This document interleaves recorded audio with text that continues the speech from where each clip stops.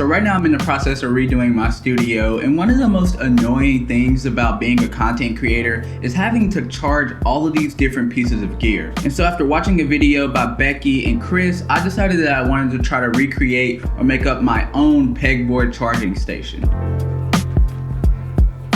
So the first thing that I recommend that you do is to actually compile all the different things that you're going to be charging. So if that's a drone, a gimbal, camera batteries, monitor batteries, maybe you have a smartphone that you use for your slider, just everything that you charge or that you would be charging on this pegboard wall, grab it and put it in a pile. Now what this is going to do is help you to figure out what you actually need to recreate your own version of this pegboard wall, because you may not be needing everything that I need, or you may need way more than I have. And so recreating this in your own way is going to help by knowing exactly what you need to charge before you go and buy your materials. Which leads me to my next step. You want to go and get your materials. So for me today, I'm using pegboards that I bought from Lowe's. I will leave everything linked below in the description. Now as far as the pegboard accessory goes, like the baskets and some of the clamps that you can put on the board, I actually got those at Home Depot because I found them to be a little bit more cheaper. And the next thing that you want to get is Velcro and tie straps so that you can actually attach different things to the pegboard. And next you need your charging hub that's going to rest on top of the pegboard with the cord running behind it.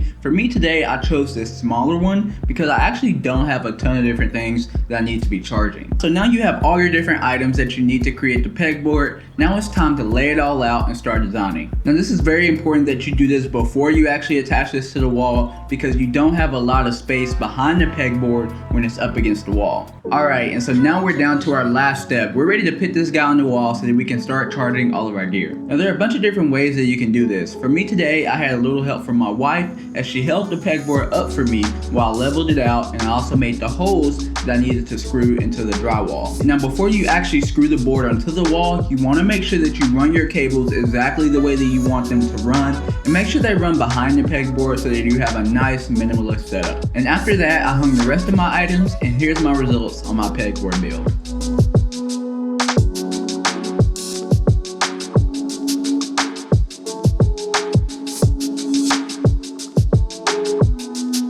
Here's a bonus for you guys. If you actually see the charging box that I have attached to the dresser, all I did was take an electric box, attach some pipes to it, cut an extension cord, and then I wired it all together. I found this very useful because it added a few different ways I can charge things while I rest them on my dresser, and also I can run this guy a pretty long distance because of the extension cord that I cut up and attached to it. Now if you guys are interested in upgrading your studio space, whether that's sound or different camera angles, then I recommend that you check out this playlist right over here as I upgrade my studio in 2022.